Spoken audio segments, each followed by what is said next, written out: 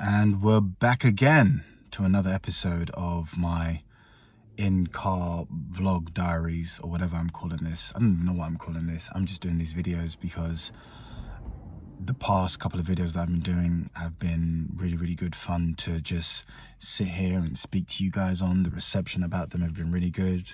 All your DMs, all your messages to me have been very well received and much appreciated by myself. So thank you for your attention and for your help, basically, because you liking, subscribing, following Blaque Falcon on Instagram and all the DMs, it kind of just helps get the circulation and the energy going to the story and to the brand and to everything that I've been creating. So this is all very much appreciated. Today I'm going to speak a little bit more about my writing process. I'm just going to go into a little bit more technical detail about how I've been doing these things and the discipline it's been taking for me to create this. So yeah, thank you for your attention, your time, and spending time with me virtually through the screen. It's been great. All your comments, good and bad, have been very much appreciated. I've certainly taken them all into account. But before we begin, of course, just like every other video, I'm gonna just remind you all to head over to www.blaquefalcon.co.uk. So that's Blaque, BLAQUE, falcon.co.uk, where you can check out and purchase all my lovely range of t-shirts, hoodies, sweatshirts like the one I'm wearing right now. Perfect, excellent.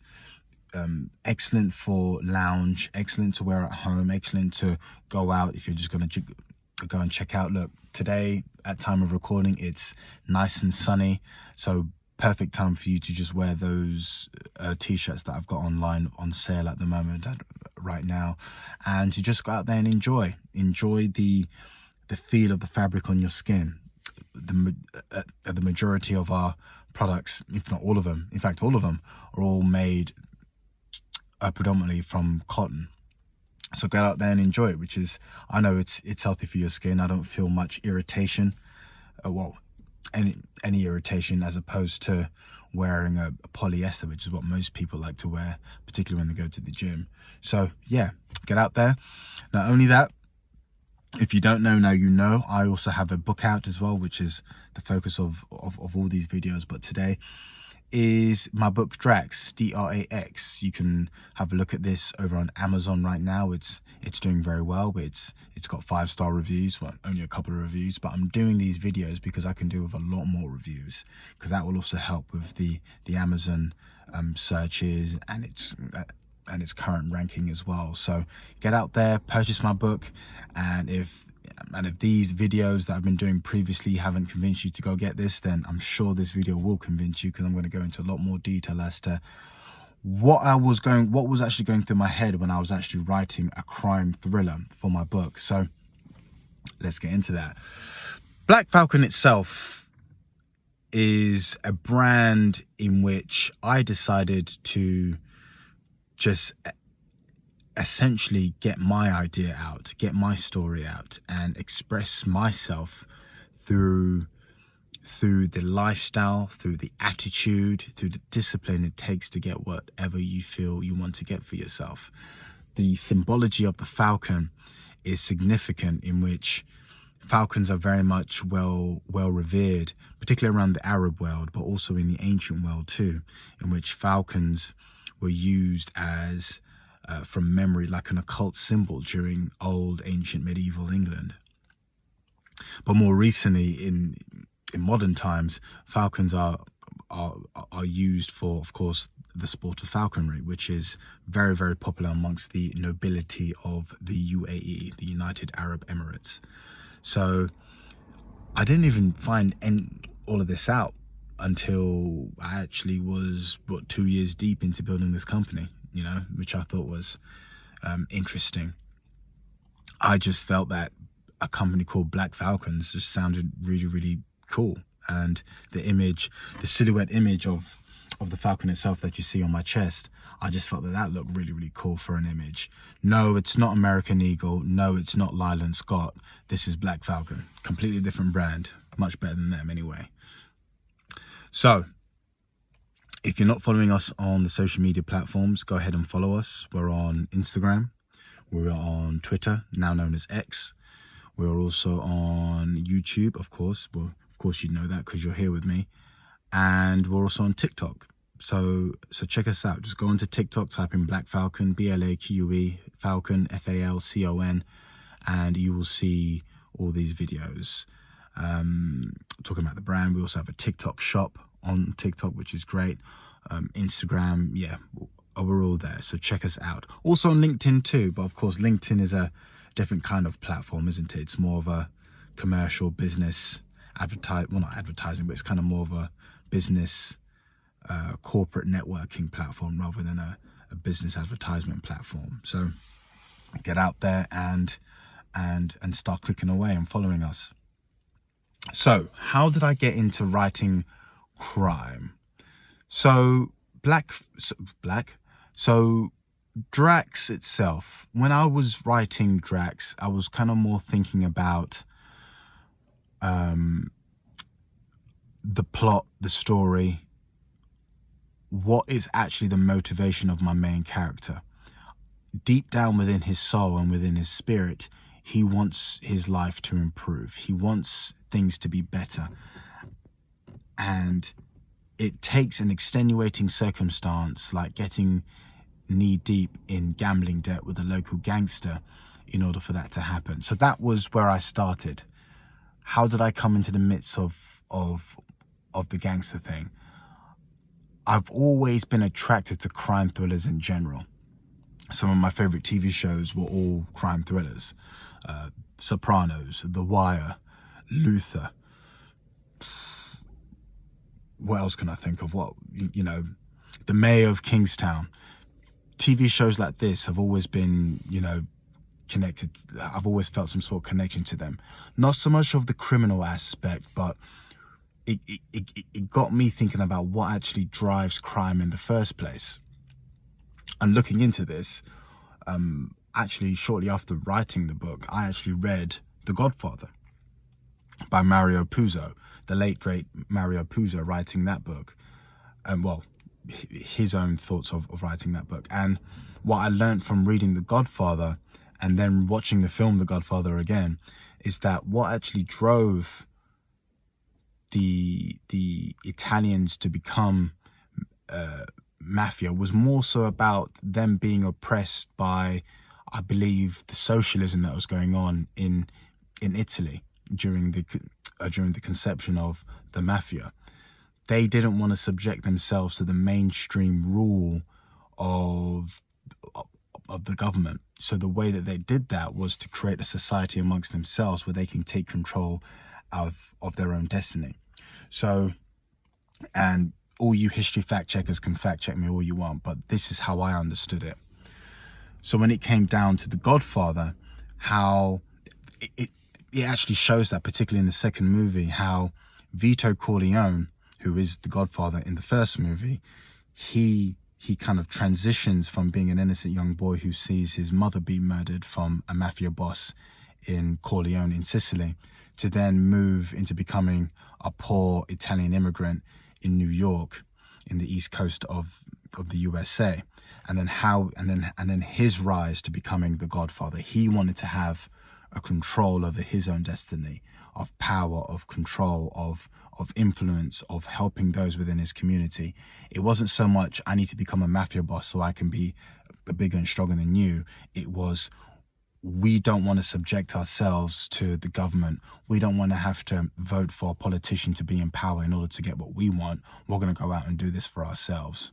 So it's that entrepreneurial drive. It was that entrepreneurial drive of taking control of your own destiny that drove a Vito Corleone, or in more realistic terms, a Bugsy Siegel. Well, he was Jewish, but it doesn't matter. Similar thing, Lucky Luciano, Al Capone, all these characters, Sonny Franzese, all these people, all these minds, to become mafia influencers, so to speak. All of these men who I've just mentioned would have been great Fortune 500 CEOs, by the way, because the same drive it will take for you to become involved in that life, I'm sure would have been the exact same for you running your own company legitimately. The only mutation of that is, of course, the killing, the robbing, the stealing, and the racketeering that will be taking place. So I don't want to get too much into a transition about that, but when you look into the history of things, that's where things get very interesting.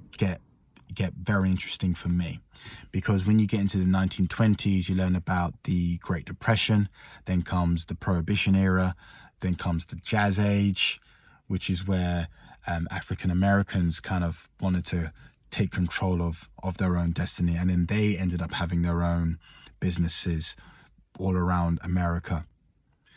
So F. Scott Fitzgerald is then also in the fray around that time as well. This is the guy who wrote the Great Gatsby.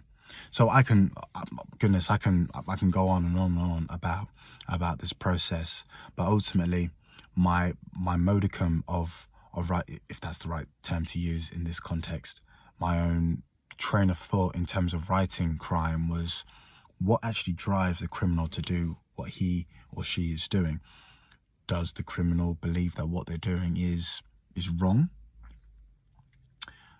Probably not, if they've got the courage and the ambition to do what they want to do. Now, I know I'm not here to glamorize crime, obviously, but this is it. When you put yourself within the shoes of someone who's doing things the way that they choose to do things in their own life journey, then it just kind of makes you just wonder, what drives in this thing? Is this the environment that they were raised in?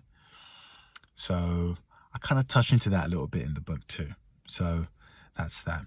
My inspiration behind writing DRAX, writing this book, was I drew upon examples, stories that I actually personally thoroughly enjoyed embracing, watching, reading. Some of which I've already mentioned to you.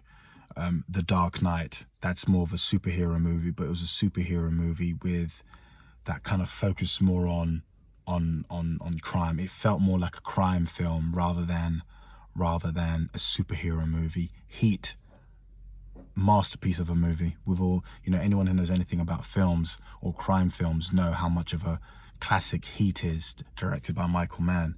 Excellent movie, fantastic. I wanted to create my own version of a wide, expansive story with an ensemble of characters, each with their own motivations. But it's focused solely on Luke, who is the main character, and how he's dealing with it. But then he also has to deal with everyone else that's around him with their own motivations as well. That includes his friends, that includes his girlfriend, that includes Jacob, who he meets on his journey. What is Jacob's agenda? Why is he helping him out for? Yeah, so you need to go out there and read this book so that you can actually fully understand what I'm talking about. And of course, there's going to be a link in the description below for you to go out and access the book, read the reviews, and make your purchase. Available on paperback and ebook.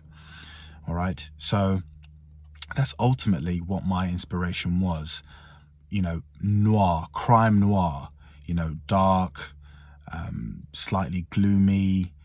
Like I said previously on another video previously, I made London its own character.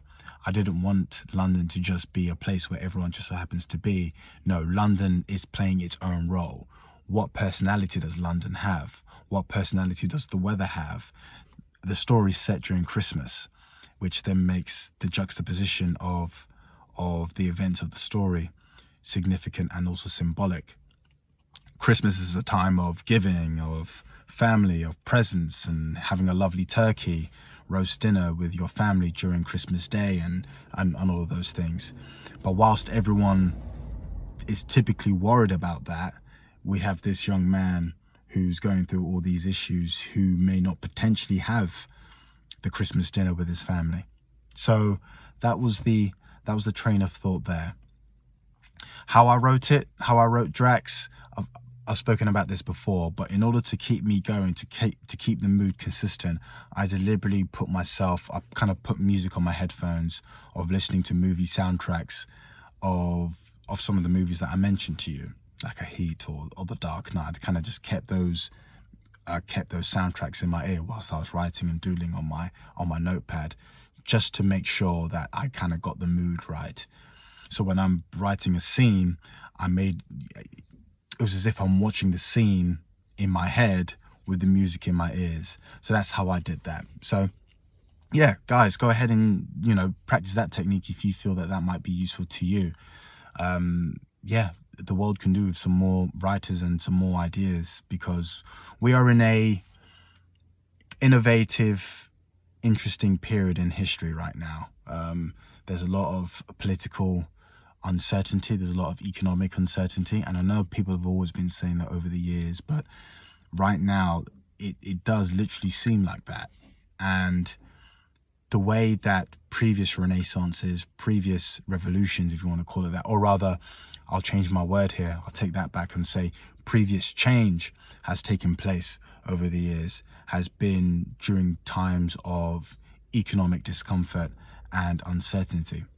Whenever you have these periods of uncertainty and of confusion, that's where the crux of human genius and potentiality comes to the forefront.